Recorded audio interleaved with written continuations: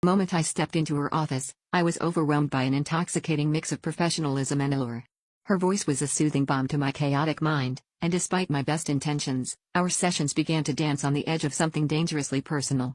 Somewhere between discussions of my childhood and my dreams, lines blurred, and before I knew it, I was entranced by the possibility of something more. Our stolen moments outside the office became the highlight of my weeks, a secret I held close to my chest with the reckless abandon of a moth circling a flame. It wasn't until one evening, as I sat across from my spouse in our dimly lit living room, that the facade began to crack.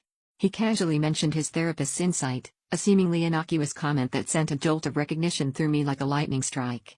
The descriptions, the advice, it all mirrored what she had shared with me. The realization hit me with a sickening thud: the woman who had become my confidant, my illicit fantasy, was counseling both of us, weaving our separate stories into a single tangled web of deceit.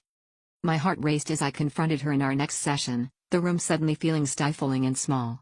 Her serene mask slipped, revealing a flicker of something I couldn't quite place: guilt, perhaps, or maybe a calculated indifference. She tried to rationalize it, saying she was helping us both in different ways. But all I could wonder was if every tender word, every lingering gaze, was just another tool she wielded to manipulate my emotions. Had I been a pawn in a game I never agreed to play? The betrayal was a wound that cut deeper than I could have imagined. As I stumbled through the aftermath, my mind was a storm of conflicting emotions. Love, anger, and confusion battled for dominance, each leaving its own scars.